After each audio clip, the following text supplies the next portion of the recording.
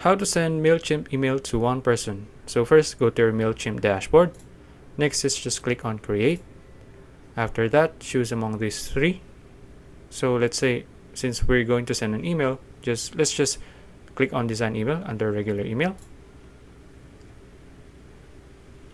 Okay, let's wait for it to load. Okay, after that, you can choose among these three options here.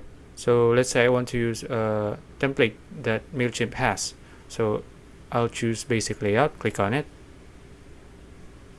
Then you get to choose any of the templates here. So let's say I want to use the minimal template, click on apply. Then just customize this template to your liking. You can use all of the options here. Then after customizing it, just click on save and exit. Okay, then after that, just add your recipients here.